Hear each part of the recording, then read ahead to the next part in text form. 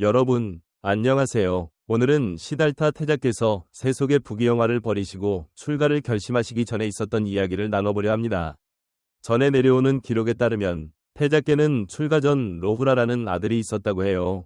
이 사실만 놓고 보면 세속의 모든 속박에서 벗어나 깨달음을 추구하려는 분이 왜 떠나기 직전 자식을 두셨을까 하는 의문이 생기기 마련이죠. 그것은 수행의 걸림돌이 되지 않았을까? 하고요. 이런 의문은 후세 사람들뿐 아니라 당시 부처님의 제자들 사이에서도 있었고, 심지어 어떤 이들은 깨끗하고 물들지 않은 모습으로 중생 앞에 나타나신 분께서 어째서 마지막 생에서 이토록 복잡해 보이는 가족 관계를 겪으셔야 했나? 라고까지 물었다고 전해집니다. 얼핏 보면 모순처럼 보이는 이 행적에 깊은 뜻이 담겨 있었는데, 어느 날 우연한 계기로 부처님께서 직접 해명하신 일이 있었다고 합니다.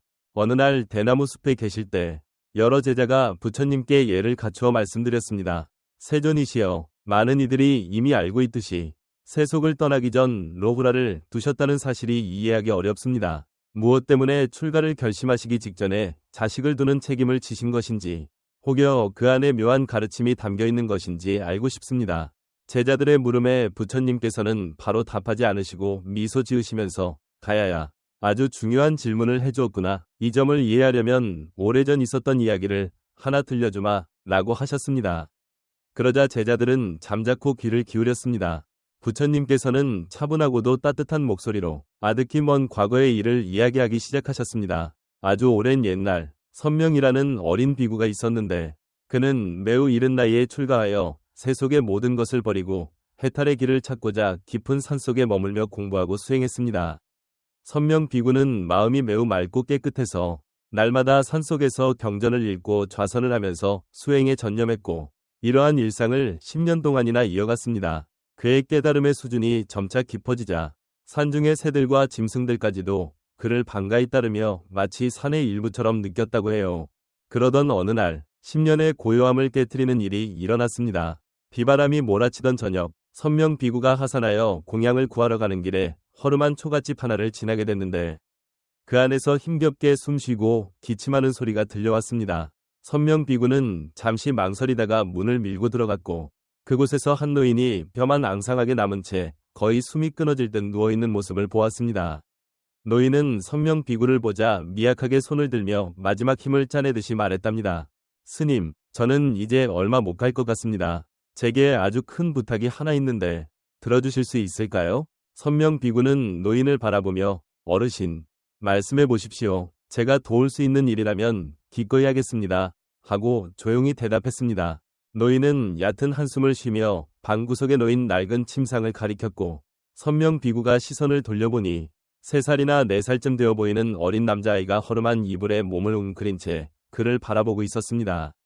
그러자 노인은 이어서 말했습니다. 저 아이는 제 아들입니다. 아이 엄마는 이미 세상을 떴고 저도 이제 곧 숨을 거둘 것 같네요. 아이가 아직 너무 어려 혼자 두면 굶주려 죽을 게 뻔합니다. 스님께서는 속세를 떠난 분이시니 이런 부탁이 죄송하기도 하지만 그래도 부탁드립니다. 제 마지막 소망이니 제 아들을 좀 데려가 돌봐주세요. 이 말을 들은 선명 비구는 한참 동안 깊이 고민했습니다. 그는 어릴 때부터 출가하여 이미 세상의 온갖 감정과 집착마저 내려놓으려 애써온 사람입니다. 그런데 이 아이를 맡아 돌보는 책임을 진다는 것은 쉽게 결정할 수 없는 일이었죠. 그러나 노인의 간절한 눈빛과 어린아이의 두려움 가득한 눈망울을 보자 그도 모르게 마음 한편에서 연민과 자비심이 일어났습니다. 게다가 선명 비구도 어릴 적에 부모를 잃고 외롭게 지낸 기억이 떠올라서 결국 조용히 고개를 끄덕였다고 합니다. 알겠습니다. 제가 이 아이를 돌보겠습니다. 그러자 노인은 안도하는 표정으로 살짝 미소 짓듯 하더니 이내 가쁜 숨을 거두고 고요히 세상을 떠났습니다. 그날 이후 선명 비구는 어린아이를 안고 산중 사찰로 돌아왔고 수행 일상에 큰 변화가 생겼어요. 아이는 호기심 많은 눈으로 절 이곳저곳을 뛰어다니며 새를 쫓고 이것저것 만지면서 소란스럽게 굴기도 했습니다. 선명 비구는 아이를 먹이고 가르치는데 적잖은 시간을 들여야 했고 자연히 예전처럼 오랜 시간 경전을 읽고 좌선을 하는 일이 줄어들었습니다. 이 소식을 들은 그의 동료 비구들과 사형들은 넌 이미 출가한 몸인데 왜 굳이 속세의 책임을 떠안아 수행을 깨뜨리느냐? 우리 계율을 잊은 것이냐? 하고 위하해했습니다. 하지만 선명비구는 그저 미소 지으며 아이를 돌보았고 자신의 수행도 그대로 이어나갔습니다. 그로부터 다시 10년이 흐르자 그 아이는 선명비구의 보살핌 아래 씩씩하고 총명하게 자라났습니다. 어려서부터 사찰에서 생활한 덕분에 불법의 가르침도 일찍 깨우쳤고 특히 자비와 베풀미 도리에 대해 훌륭한 자질을 보였어요. 아이 역시 선명비구를 부모처럼 여기며 커다란 감사의 마음을 품었고 마침내는 스스로 머리를 깎고 출가하여 선명의 뒤를 따르겠다고 결심했습니다. 그러고 나서 그 아이는 마침내 아라한의 경지에 오르게 되었고 완전한 깨달음을 얻는 참된 수행자가 되었습니다.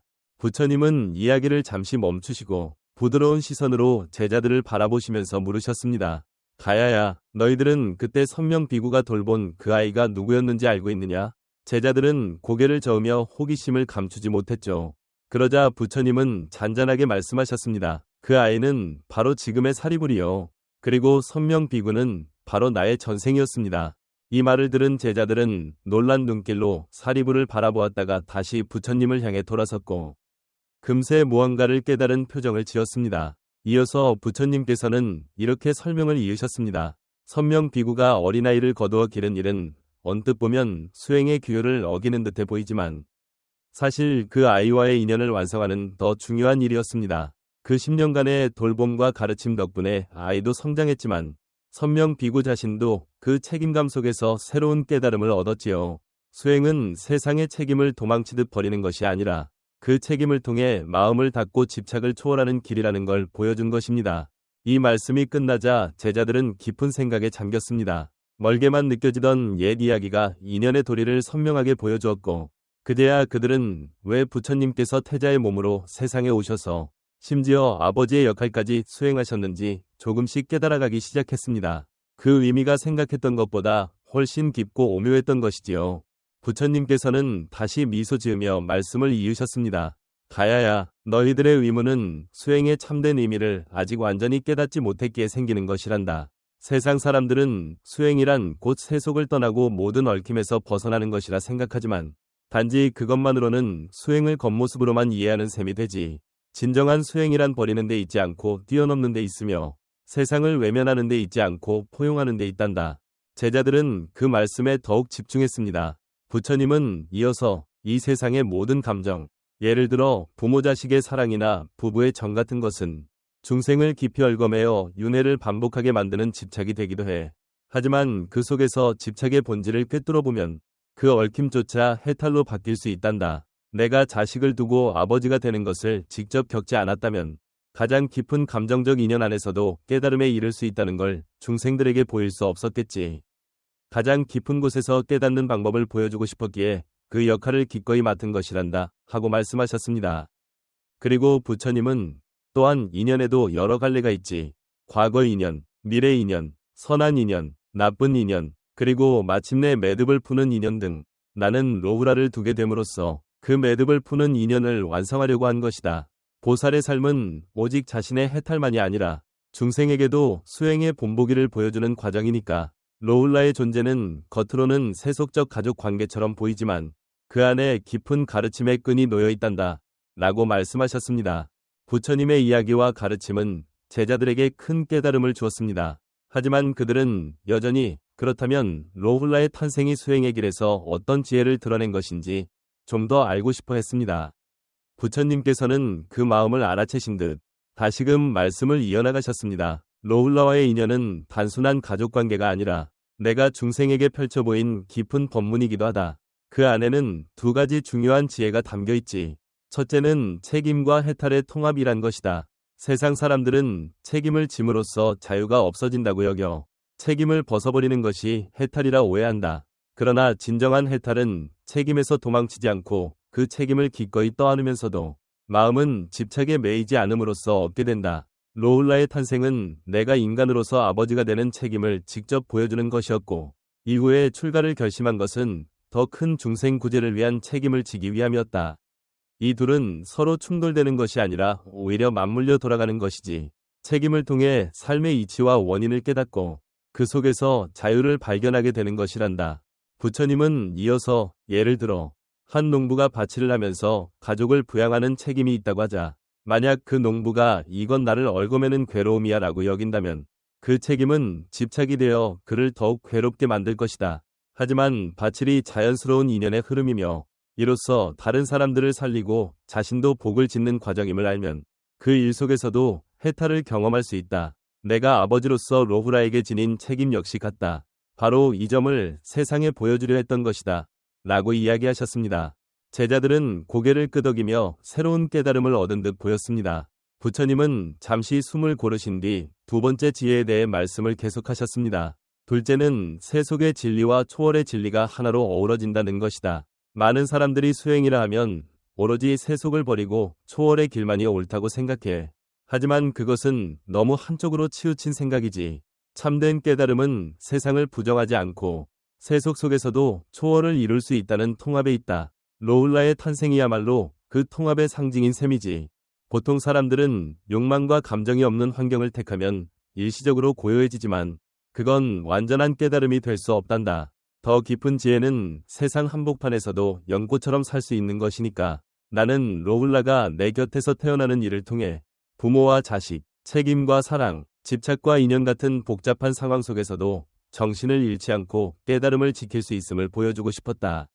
또 어떤 수행자들은 속세를 완전히 끊어야 그것이 해탈이다라고 여기며 떠나버리지만 보살은 세상에서 벗어나되 그 마음은 늘 열반에 머무른다. 참된 깨달음은 피하는 데 있지 않고 인간 세상의 한가운데서 마음을 초월하는 데 있지. 부처님의 이러한 말씀은 듣는 이들의 마음을 크게 울렸고 그들은 스승님께 공손히 이제 깨달았습니다. 책임과 해탈은 서로 반대되는 것이 아니라 오히려 책임을 지는 과정 안에서 더 깊은 해탈을 얻을 수 있다는 점을 알겠습니다.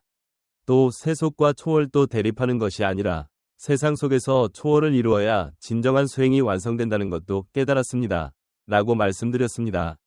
부처님은 손짓으로 그들을 부드럽게 달래며 따뜻한 미소를 지으셨습니다. 맞습니다. 책임 속에서 해탈을 보고 세속 속에서 부처의 성품을 발견하는 것. 그것이 바로 수행의 요체입니다. 제자들은 큰 감명을 받고 부처님의 자비와 지혜에 거듭 감사의 마음을 표했습니다. 그리고 로훌라의 인연담은 그들이 안고 있던 위문을 깨끗이 풀어주었고 더 깊은 수행의 세계로 들어가는 문을 열어주었습니다. 그들은 비로소 깨달았습니다. 진정한 수행은 피하고 끊어내는 일이 아니라 온전히 마주하고 안아들인 뒤 그것을 온전하게 넘어서는 일이라는 것을 말이죠.